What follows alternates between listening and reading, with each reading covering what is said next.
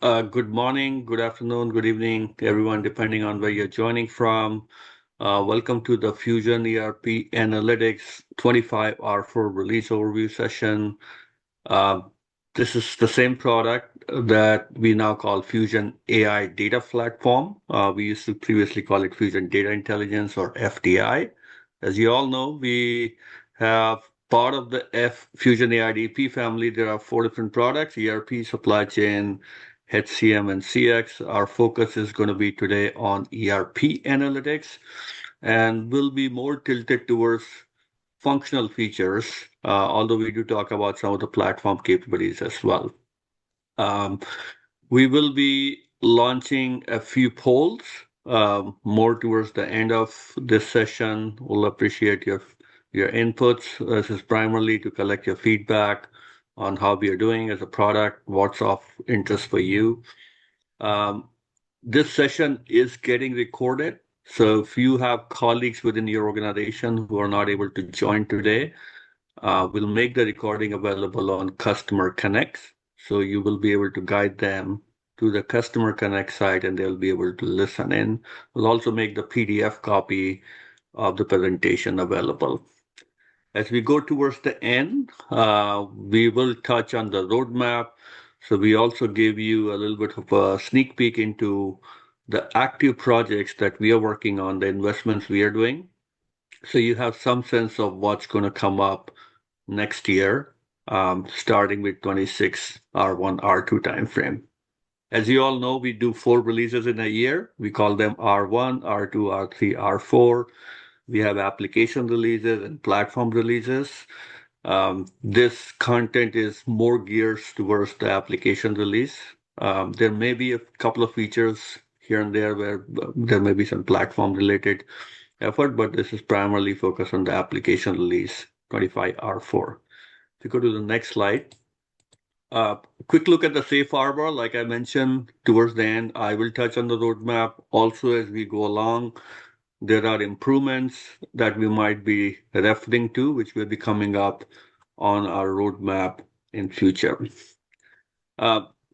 We have a fantastic group of product managers on this call today to present these features to you. These are the experts who have been working on the features, drafting the requirements based on feedback coming from customers. Please do ask questions as we go along. Our goal will be to answer as many questions as possible. You should see at the bottom of your Zoom window a Q&A feature. You can leverage that to ask questions as we go along. Right? We'll do our best to answer them. Sometimes, if needed, we'll be happy to do one-off conversations with you as well. Okay, with that, let's take a quick look at 25R4.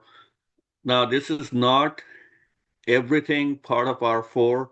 It's almost everything part of R4. We always recommend that you refer to our product documentation to get more precise, accurate information. Our goal here is to make sure that you're empowered with the knowledge on what are these features, why are we making these changes. So we kind of define the what and the why for you.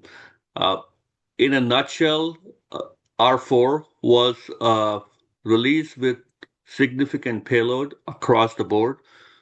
We expanded coverage, we delivered some critical enhancement, and we have a lot of other improvements we have done in the last bucket. On financials, if you recall, we added RMCS, cash management, lease accounting in recent releases, so kind of expanding beyond the core financials. We continue to refine our capabilities on RMCS and cash management, and we'll have the team talk about that. On projects, we had previously released project events, project time and labor as limited availability features. We've received feedback from customers. It's looking great. Now we are enabling these features as preview. Preview means that now it is self-service enablement by customers. You don't have to file a service request for Oracle to enable it for you. When we talk about critical enhancements, we have delivered them across the board, as you can see here on the slide. Um, Configurable account analysis continues to be of interest for all of you, and we have received a lot of requests on expanding the capabilities. We'll talk about what we have delivered in R4, so that continues to be an investment area and will continue to be in the upcoming releases as well. In the others bucket, you see some other features. Some of them are around uptaking platform capabilities and making it a better, more engaging experience for you, like deep links and contextual insights. I think Dhaval will explain what it is as we go into subsequent slides. Some of it is providing you a better experience, like what we're doing with hierarchies. And then EPM continues to be an area of focus for us where we want to give you better EPM integration capabilities, and we've done a few enhancements on EPM integration. So that's in short the feature summary, but we'll dive into the details in the subsequent slides. So I will hand it over now to Shobna and Nandini. You're on mute, Shobna. Thank you, Ash. So first, let's look at revenue management analytics. Like Ash mentioned, revenue management analytics is an area that we have been working on the last couple of releases. In 25 R2, we released this feature with 4 subject areas as an LA feature: revenue management contracts, which helps revenue managers and analysts to look at the various contracts, performance obligations, promise detail lines, and all of the source document details related to the latest version. Then we have revenue management accounting, which gives you details of the accounting distributions that are generated for the contract assets, liabilities, revenue, discount, billing, clearing, and all of those. And then we have revenue management accounting events, which gives you all of the accounting events related to satisfaction events, billing events, initial performance events. And this is a subject area that's going to help you look at your revenue forecast and so on. And then we also have the standalone selling price, which is like a master subject area, which gives you all of the standalone selling price or the fair market value for your items, memo lines, and so on. And in R3, we extended support to descriptive flex fields for some of these dimensions in revenue management, as well as we enabled pricing dimension, key flex field. We also introduced additional attributes and metrics in contracts and accounting events that kind of help with the reporting. In this release, we have added a couple of more subject areas, which is going to help the revenue managers and analysts look at what are the various changes that have happened to the contract, from which, what are those source document lines from the various sources that have come in, and what is the change, right? And if it is prospective accounting, what is that immaterial change? How much was the revenue recognized before the change? What was the allocation before the change and after the change? These details can be looked at in using these subject areas. In addition to this, we have also extended revenue management support in CAA. Sushil will be talking about it in more detail. And in future, we plan to support pre-built analysis, data validation, data augmentation, and all of those. Now let's look at a quick demo. So here is a dashboard that is built using the contracts subject area, which gives you the contracts by various statuses. What are the contracts pending review? What are the contracts pending revenue allocation? What is the reason it's pending allocation? You can see some of those contracts are on hold. Some are, have SSP not defined. So you can drill down and look at the details, and you see from the revenue contracts subject area, the contract details, performance obligation, promise details, source document details, who's the customer, what are the items. So we see B02 and B03 are the items for Q4 2024. These are defined. The pricing combination is JP Oil and Gas, and you see source document details and so on. Now, looking at the standalone selling price subject area, you can see what are the standalone selling price defined for these various items. And for this quarter, for 2024 and JP oil and gas pricing combination, you see the items AS and B05, but you don't see B02 and B03, which needs to be defined and the contract needs to be reprocessed, right? And now using the accounting event subject area and the revenue contract subject area, we can define this report, an open performance obligation report, which can show you what is the overall amount and how much revenue has been recognized and how much is the open obligation balance, right? And also what is the trend of revenue, right? So we have revenue that is recognized. What is the revenue that will be recognized in the future period? So using the accounting event satisfaction events related information, you can build this revenue trend. And you can also see the drill down by customer, by contract, item, performance obligation details, also the revenue that will be recognized across various periods.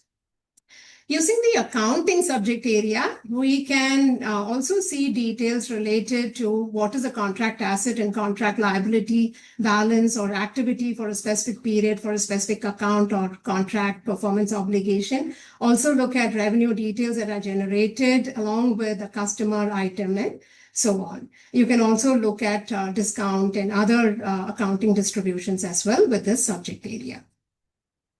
The next one that we want to look at today is the specific areas that we have developed in this release, which is the source document line version. So here is a dashboard that is built using contracts, source document lines, and immaterial change. So here we have selected a specific contract, and you see the header level contract details. You also see there are multiple performance obligations for this. And performance obligation 10,004, if you look at, you see that there are a couple of source document lines, which means there has been some revision that has happened.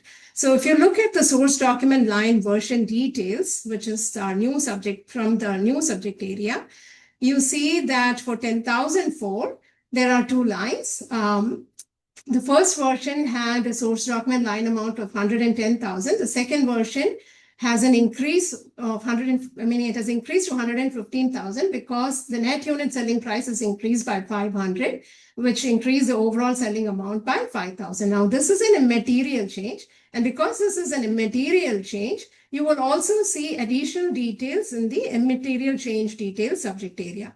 So the immaterial change details subject area is going to give us what is the change, what was the allocation before the change, and what is the allocation after the change. So let's look at those details. So if you look at 10,003, the performance obligation number, as of 10/1/2024, the allocation amount was 66K. And there was a revenue that was recognized, 33.7K revenue was recognized. So this revenue that is recognized is frozen when the change comes in on December 2nd, we freeze that and the remaining amount gets reallocated. So whatever increase happened because of the changes that happened to 10,004 performance obligation, there was an impact to all of the performance obligation line. And so there's a reallocation that has happened and 33.4K is the additional allocation amount now. So the overall, if you sum it up, the performance obligation allocation amount comes to 67K. Okay, and if you look at 10,004, there was no revenue recognized as of December 2nd. So the entire amount gets reallocated. And so you can see all of these details using this revenue management subject area. Let me hand over to Nandini. So I will stop sharing. And Nandini, you can share. Yeah. Thank you, Shobna. You're able to see my screen? Are you able to see my screen? Yes, Yeah, Nandini. we can see it. Yeah, thank you. Good morning, good evening, everyone. Today we are going to talk about cash management analytics subject areas. In 25R3, as a preview feature, two subject areas were released, which were cash management bank statement balances, which was giving insights into the closing balances, opening balances, by period, by different dates, trend of different dates of closing balances, and carry forward of balances from one period to another. So these were covered in the cash management balances subject area for the cash manager to analyze the different balances by bank accounts, legal entity, currency, bank, and bank branches dimensions. Cash management bank statement subject area gives an insight into the transactions of different payments and deposits of different transaction types and transaction codes by bank account, legal entity, and similar dimensions.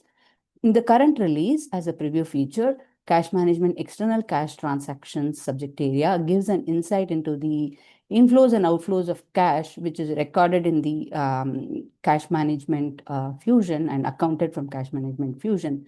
This sources being your bank statement transactions, which are created from the bank statement, differences arising out of reconciliation from the cash management reconciliations, and other sources like your bank account transfers and ad hoc payments made to different payees, and enables the cash manager to look at these data by bank account, business unit, legal entity, and currency, etc.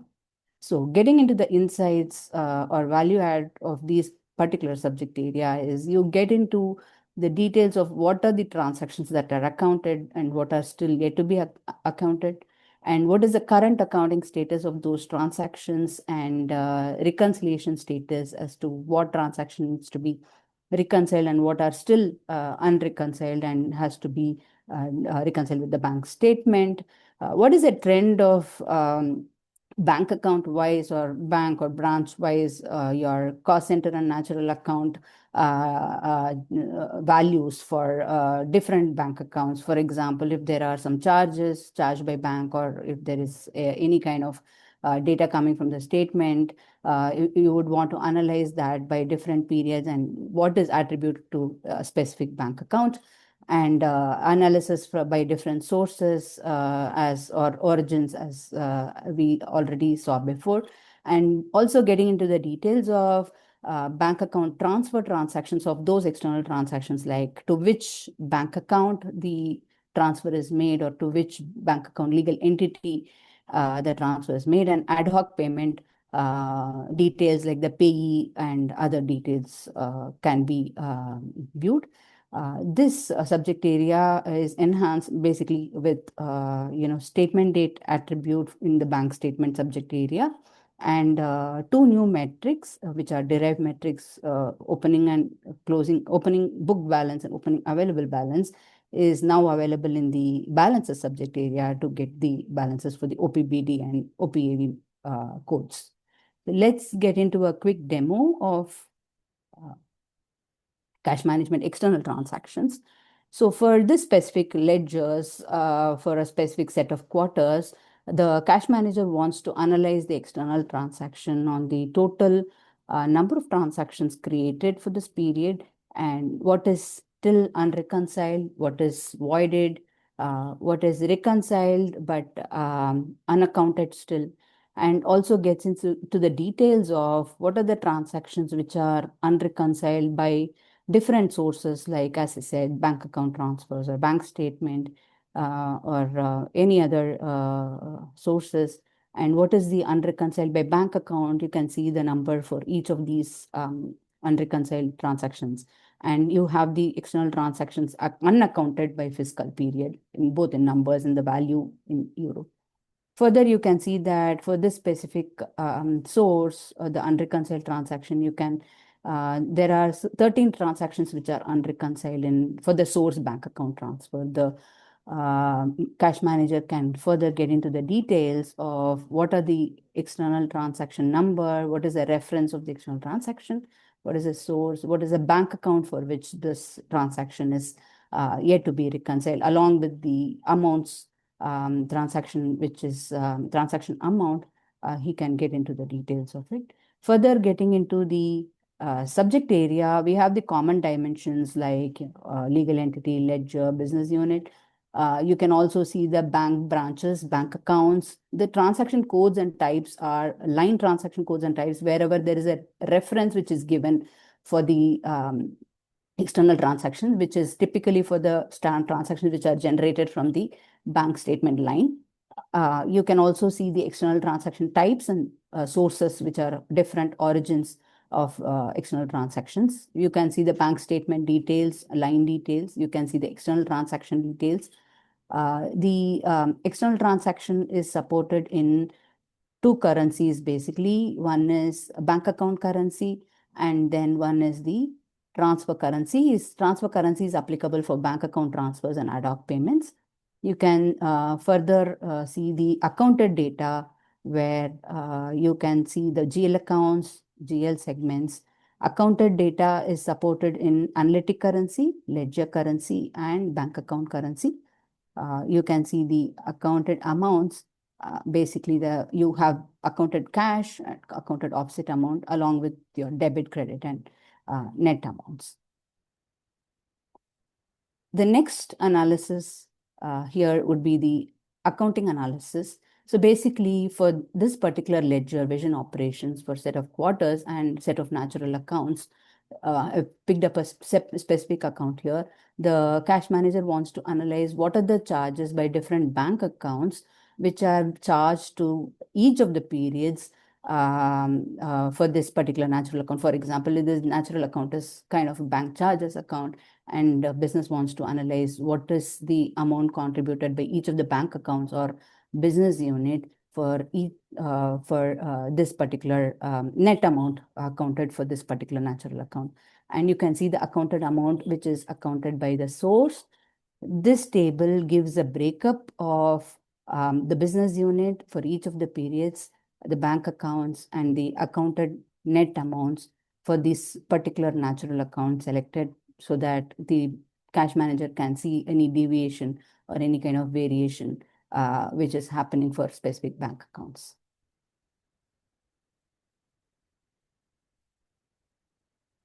The next area is project events. This was a limited availability feature. Now in the platform released, it is going to be a preview feature. In this project events, basically, it enables the project accountants and billing specialists to get a complete view of all the processed and unprocessed project events which are created. Maybe for a milestone project, you could have created milestone events which needs to be further billed or revenue recognized.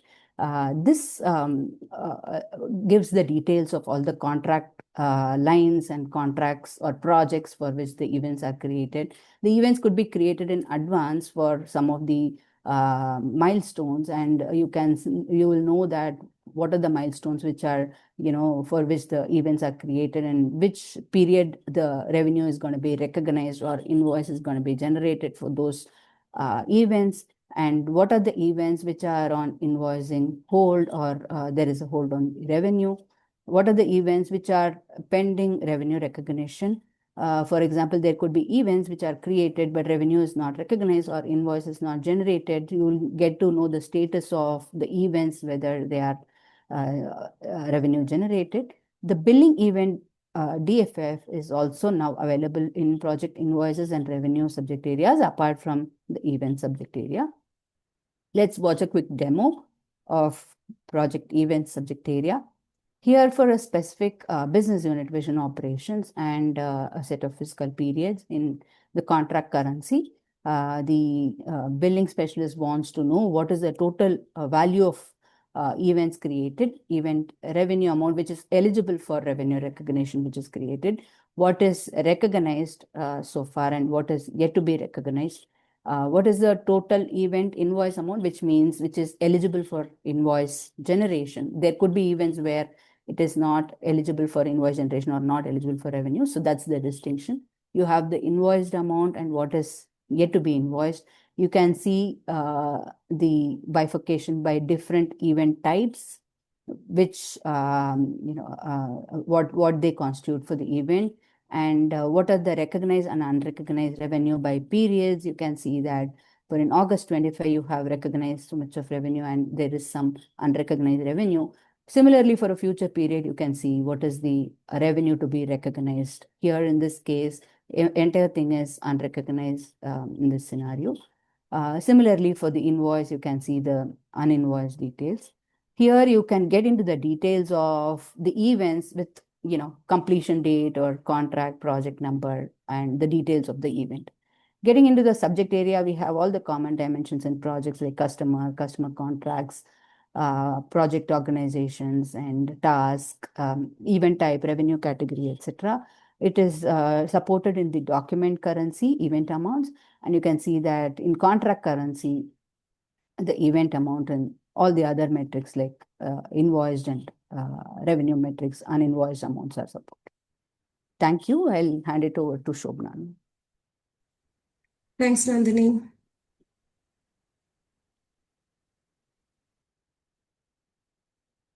You can see my screen, right? Yes. So in project time and labor, like Ash mentioned, this was also a limited availability feature, and now it is a preview feature in the platform release. Projects, in projects, Nandini just talked about project events, which is part of the project billing area. We have released project costing, project billing, project controls, and grants management. We also support project assets, and we have also exposed project attributes in other finance, supply chain area. One thing that was missing was the visibility into time and labor if you do not have the HCM SKU. So we receive feedback from some of our project customers who do not have HCM SKU but still use project time and labor. And for such customers, we wanted to give the ability to analyze the time cards related to projects. So this is restricted only to project time cards. And with this, customers will now be able to see all of the project time entries, not just the time entries that are transferred to projects and project costs, but you can also see what are all those time cards that are available in the, that are entered and sitting in various statuses, like, submitted, approved, rejected, and so on. You can also see regular overtime hours, what is, billable, non-billable, and so on. So let's, look at a quick demo of this functionality. So for US 1 business unit, here is, we're seeing all of the various time entries entered by the different employees for a specific year. You're seeing the saved, submitted, approved, rejected time cards. You can see labor hours by different projects, by different tasks. You can see which projects and tasks have consumed the most time. You can see the labor hours by department, what's billable, what's non-billable. You can also slice and dice by job, by employee. So here is a visualization that shows by job. You can see how much is straight time, how much is overtime. You would want to understand what are those tasks where we spent, we have to do overtime. So you can drill into details, and using the time and labor subject area, you can see details like the, project task, expenditure type, employee, and, the hours and so on. So that's pretty much on time and labor. Let me hand it over to Dhaval to talk about, Sushil to talk about the critical enhancements. Okay, Thanks, Shobna. Sushil, I'll continue sharing. Yeah. Go ahead. Yeah. So let me walk you through the key enhancements that we have delivered in across financial analytics and projects in this release. And starting with configurable account analysis first. So one of the most important additions that we had in this release is the ability to analyze revenue management data directly into CAA now. So previously, as Shobna mentioned, customers could only explore the RMCS data in its own subject areas. And now with this update, all that information with respect to the contracts, obligations, billing, satisfaction events is available to get you a connected view, linking your revenue events all the way to the accounting details, distributions, and the ledger. This means as a customer, now you get one connected view of your revenue events. You gain better visibility into your deferred revenue and a better understanding of the contract performance overall, link directly to the accounting distributions. In terms of key insights of the coverage that we have here, there is a very comprehensive set of revenue management attributes with respect to contracts and line level details, memo lines and item groups, performance obligation templates, pricing combinations, effective periods, and much more. And all of this is available inside the CAA template. So when you author the template, or if you are already using it, you can just edit the template, select the required columns. And also RMCS now benefits from the cross-finance enrichment. So customers can essentially connect all this information to inventory, customers, and customer account dimensions, which are already available in CAA, where now necessarily there's not a need for you to jump across different subject areas.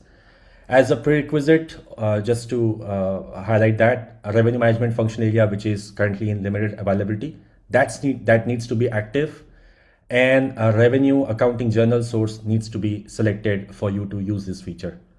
We can get on to the next one, Shobna. Yeah, so the next major addition that we have containing the similar theme is on the expense lease accounting, which is again now supported in CAA, which means now you get full lease transaction context in your account analysis.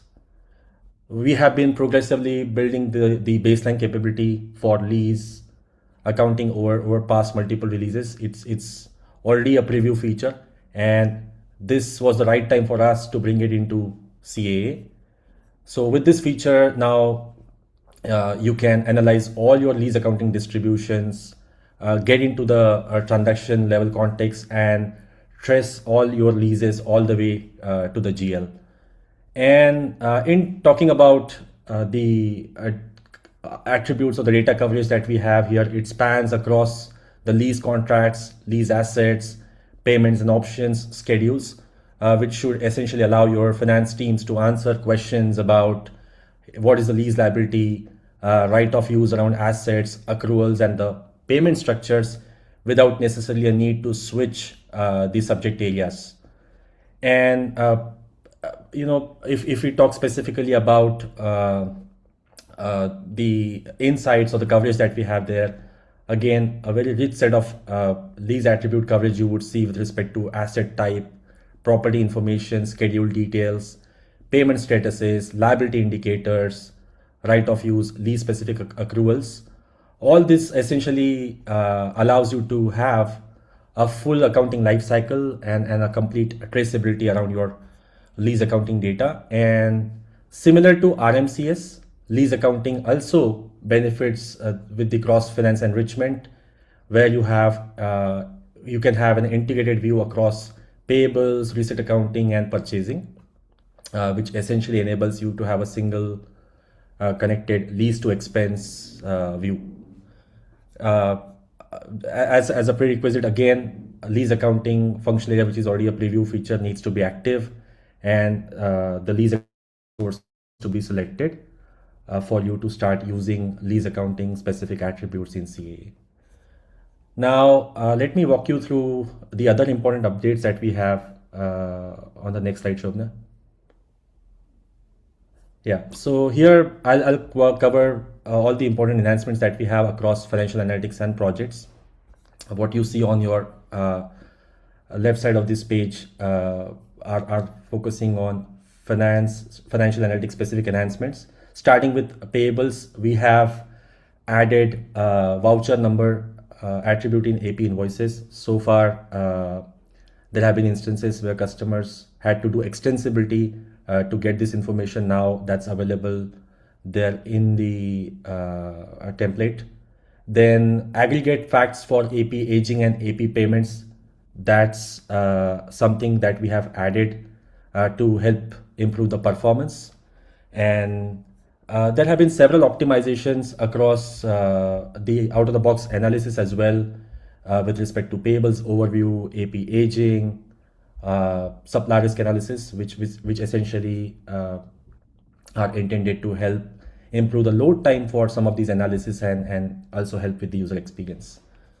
Talking about receivables, here on frequent data refresh, that capability has now been extended to the receipts and applications feature, which essentially should help you get a more up-to-date view of your cash receipt focused processes. And talking about fixed assets here, the depreciation adjustment expense matrix now includes a transaction type breakdown to help you analyze asset movements more accurately. Then talking about budgetary control here, there have been enhancements with respect to the data security synchronization, which now supports control budget-based security assignments to help with better governance. Now coming to projects, here in projects cost, historically this subject area only included the standard accounting classes. Many of you who use custom accounting classes, and those distributions were not particularly visible in your analytics. Now to address this, we have introduced an opt-in feature which is generally available. And once this is enabled, what it does, it allows you to see all these custom accounting class distributions which starts flowing into your project cost analytics. By default, this is turned off. So you would need to enable the feature and reset the function area. But once that is done, the visibility expands substantially. And talking about the other enhancement that we have here is with respect to the dynamic aggregates. We have been continuing our investments. We first started with project cost, budgets, and project revenue. And now with this release, that has been extended to project revenue SLA, which is the subject accounting specific information, and you have the aggregate supported for all the underlying accounting distributions for project revenue. This should again allow you to get better performance and choose the additional dimensions while you set up these aggregates. And this is particularly going to be helpful for customers who run high volume project accounting data and expects faster runtimes.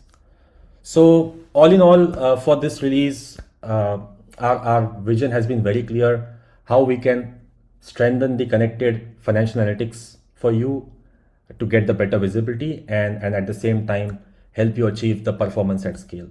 With that, I'll hand it over to Dhaval to talk about other updates and platform specific features. Thank you, Sushil. I'll start sharing my screen. Hope everybody can see my screen up here. Yep, we can. Thank you, Ash. All right, so now we want to talk about all the platform improvements, enhancements that we have been working on as a team here. So let me move on to the first one. That's the value-based hierarchy. Everybody is aware of the value-based hierarchy. It has been available previously as a limited availability. Now it is going to be the generally available in all subject areas. So in 25.R4 release, you will have the chart of account hierarchies, which will be available as a parent-child format, which is very similar to the look and feel that you have on the Fusion side or the EPM side, and should be able to drill down along the way for all the chart of account hierarchies. In addition to that, very key important feature that kind of complements with the value-based hierarchy is the advanced filtering options that you have, which allows you to kind of pick and choose how your hierarchies and which parts of your hierarchies, which branches of your hierarchies want to be displayed, and you want that for particular report. So I will go to a quick demo to talk about it, but just to highlight here as a reference, here it's giving you all the abilities to filter on the tree, how you can use it. And the trees will be available in addition to the existing, the level-based hierarchies that are available, so that you will have both the options. There are additional features in terms of the natural account, for example here the code plus the description. A lot of time we have got the request for having the combination of code and description together. So we have added one more field that gives you ability to bring in both out of the box to be able to use that. So let me quickly jump on to the demo. Okay.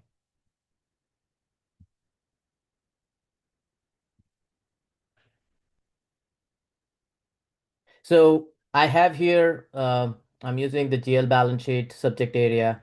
Within that, once you go into the GL segments, you will be able to see all the segments, and with for all of them the hierarchies. So here is the difference.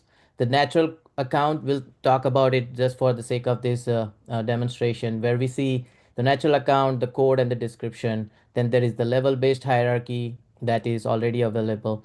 And now we will see one more folder that is called the tree hierarchy, which is where will be the additional fields that will allow you to do this, use this parent-child hierarchy, right? In terms of there's a tree filter similar to how you have used previously, right? So you should be able to pick and choose, work through your. Let me just pick total.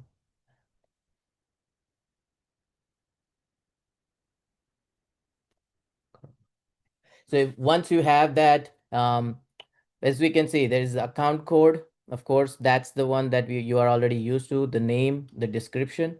But the additional field that I mentioned about is the account code and the description both together. So we can use this. And in terms of using this hierarchy, so if I bring that in, here is what I can basically drill down on it, start going down further and use this. The key piece, the advanced filtering that we talked about, we can bring in, we can filter on the tree hierarchy itself. We have multiple options in here where we can say, okay, let me keep just focus to my natural account tree filter so that I'm working there. I can decide to just keep, let's say for the total. So here is what we see. There are additional options to remove certain members for specifically to your report. So I can go in here and say, I just want to focus in terms of this report. I'm going to look at my assets and liabilities. Don't want to have, I want to exclude my equity and the net income for the current year. Right. And I bring that in. As you can see, it adjusted based on the starting point from where you can drill down becomes based on what was selected in your filtering.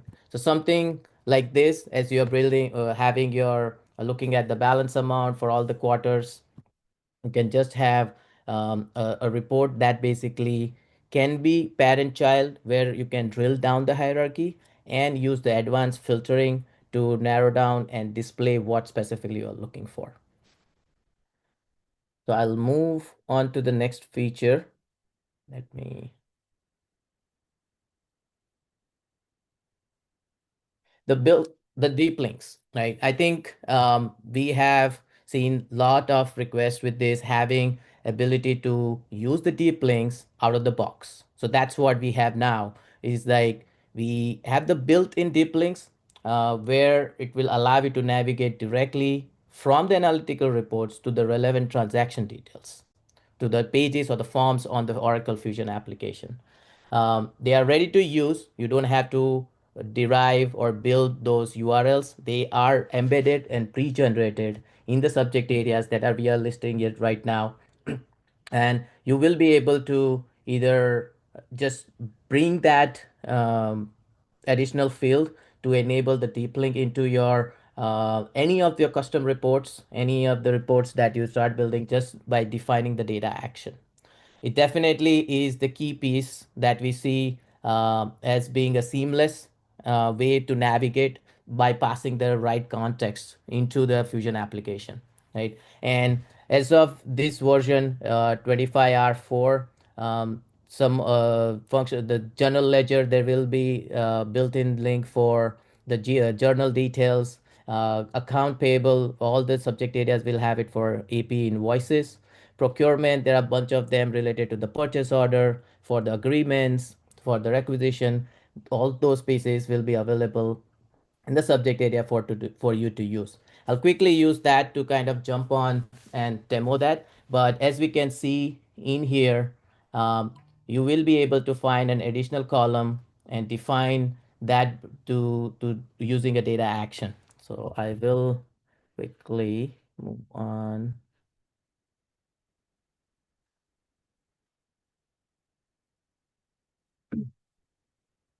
So as as we look into, for example, we have here just a AP invoice details, very vanilla report just for demonstrating the feature, but of course it can be embedded in any of the reports have you built.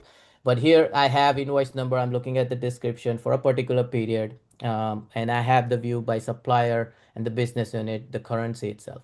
Now in here, I I just, as you can see, I have included the deep link.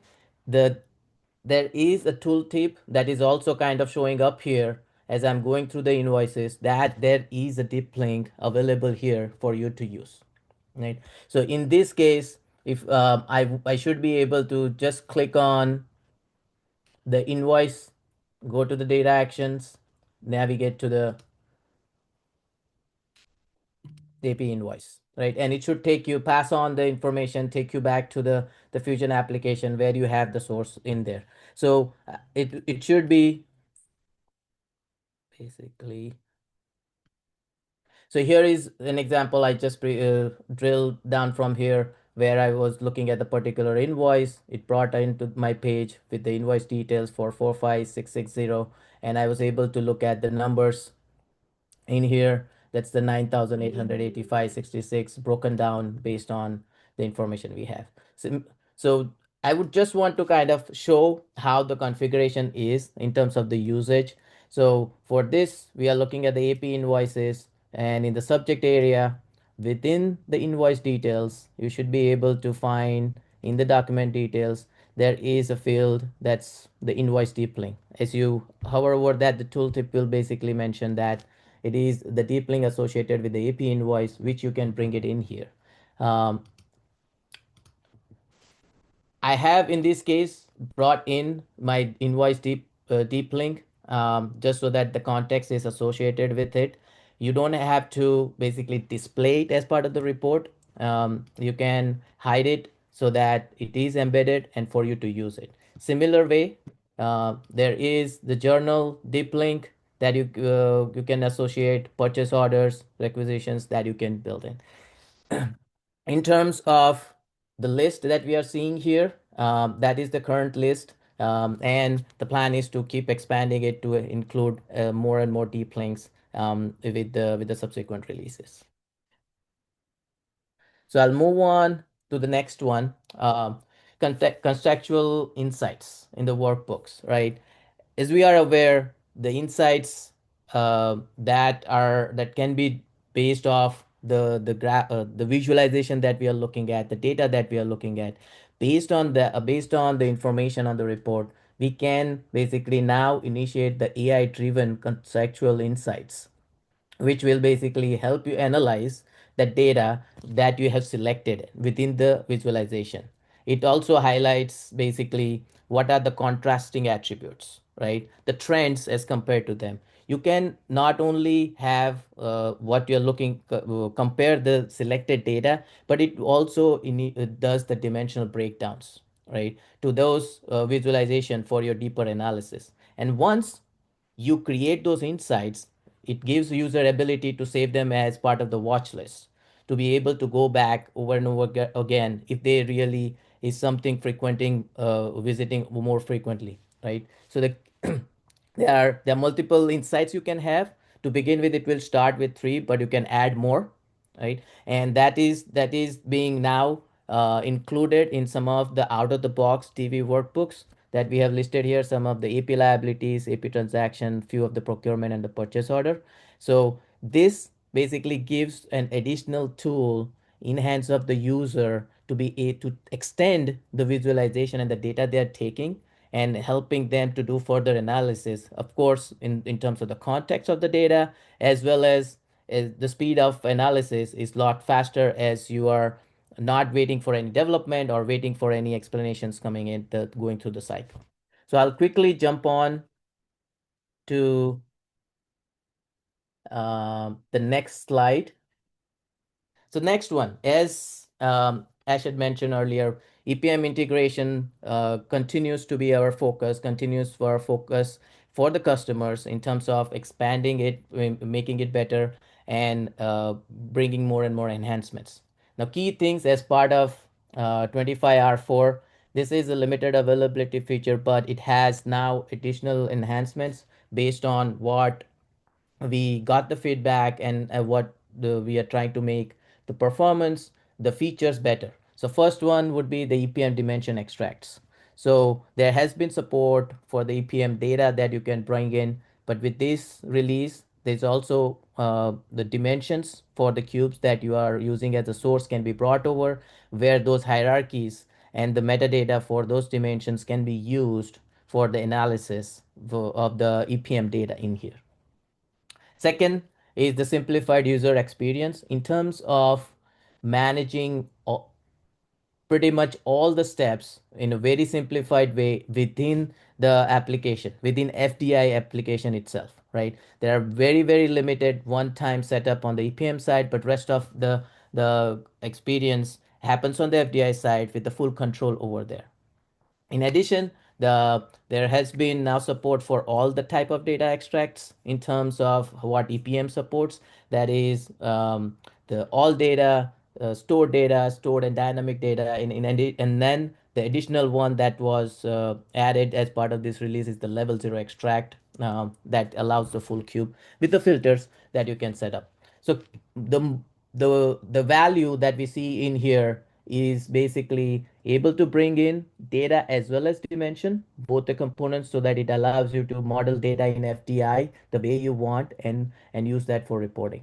Minimal prerequisites for the EPM, so very less dependency on the EPM side, and you are able to manage all the EPM jobs, all the jobs on the FDI side itself.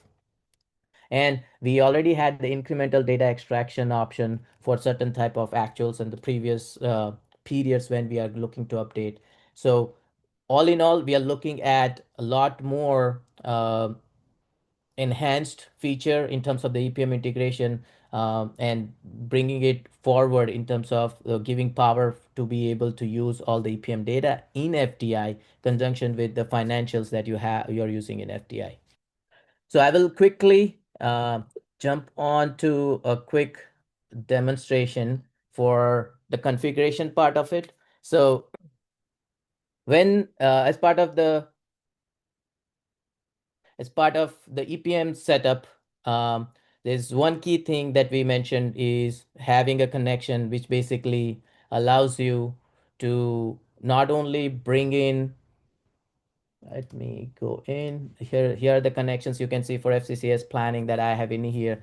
So we are just as a previous version, we have the host, we have the user password. In addition, you will see a few other options. The refresh metadata is something that basically brings in the metadata as well as your dimensions as part of that process. Initialize connection is something which is automating some of the prerequisites, which were the manual steps that were being taking on the EPM side by the admin. But with this, it has been automated. No more target applications in the data exchange on the EPM side need to be created. And then as part of the data configuration, we can, this is a kind of an interface where it gives you full ability to configure the slice of the data that you're looking for, whether you're looking for just the budget, just the forecast, your different versions of the forecast. It allows you to basically go through the selections of this step, filter on each and every dimension. If you are looking for just the level 0, just a particular scenario or a certain set of entities, you can bring that in, or you can select to bring in all level 0 data that you want to use. And this is where you can have multiple extracts defined, and each extract lands as a table directly into your FDI ADW database. There's no data augmentation in terms of bringing in the data as a step. It lands as a table which could straight away be used for modeling the data. And one last piece to it, I'm going to go into the dimension tables. As I mentioned, I'm looking at one particular cube, then I have ability, these are the dimensions on the EPM side. I have the target tables which will be coming in as a parent child information, how it is brought in from EPM side. So the parent child, the alias, UDA, and few other fields that will be supported as part of this release. It will have all these target tables and the dimension tables in the application. So moving on to my next feature, we kind of looked at the interfaces, and so the last one that I want to talk about is the semantic model template, right? As part of your ability to bring in and emerge any external RPDs, external application, you had ability to merge with the existing dimensions and join with certain dimensions. Now that out of the box, the semantic template is including all the dimensions. So you have the feature of extending the FDI semantic model for those external applications by joining ability to have the granularity or the flexibility to support across any of the other existing dimensions rather than just limiting to a specific ones. So I think that's Thank you, the Dhaval. my side from the platform. So Ash, I will hand it over to you. Thank you, Dhaval. All right, so let's talk a little bit about the roadmap. Very much like Release 4 that you saw, which was flooded with features across the board. Our goal is to provide you in 2026 with uh, more content, better coverage, a more engaging experience, and we continue to define the existing features. So that's kind of the theme, if you will. Here is a list of features that we're working on. When we talk about improving the content quality and making it a more engaging experience, we will continue to add contextual insights, and we will add more deep links across our content in next year through multiple releases. From an AI standpoint, we have been working on a feature called flux analysis, which is going to give you a basic understanding of the flux when you look at accounting information quarter over quarter, and you can enhance that to create your flux. We are going to be adding a lot of AI assistance so that you can get business insights and get all your questions answered across key transactional entities. In addition to that, from a content expansion standpoint, many of you have mentioned to us that you would like to have a consolidated area for driving intercompany analytics, looking at all the accounting aspects from GL to subledgers. Suppliers on the procurement side, we do provide suppliers a dimension across all our key subject areas, but what we are planning to create a subject area just focus on supplier itself, so you can analyze your supplier data, and that'll be our first kind of master data subject areas. Then command center, we are doing a lot of investment in procurement, specifically EPM integration. Dhaval spoke about that. It is in limited availability. We are working towards getting it to preview. Frequent data refresh, we did not talk about today, but that's also an area of investment where we're trying to reduce the data latency for all our key functional areas and pipeline jobs. So that gives you some idea in terms of what to expect in the upcoming releases. Thank you for answering the poll that we just launched. I want to just, as part of the wrap up, I want to thank you for joining the session today, taking the valuable time out of your day. I know this is the last release overview for the year as well, and we will get into the holidays here in a couple of weeks. So I want to wish everybody happy holidays. We look forward to delivering some exciting new features in 2026 and want to take a moment to thank you for being a valued customer.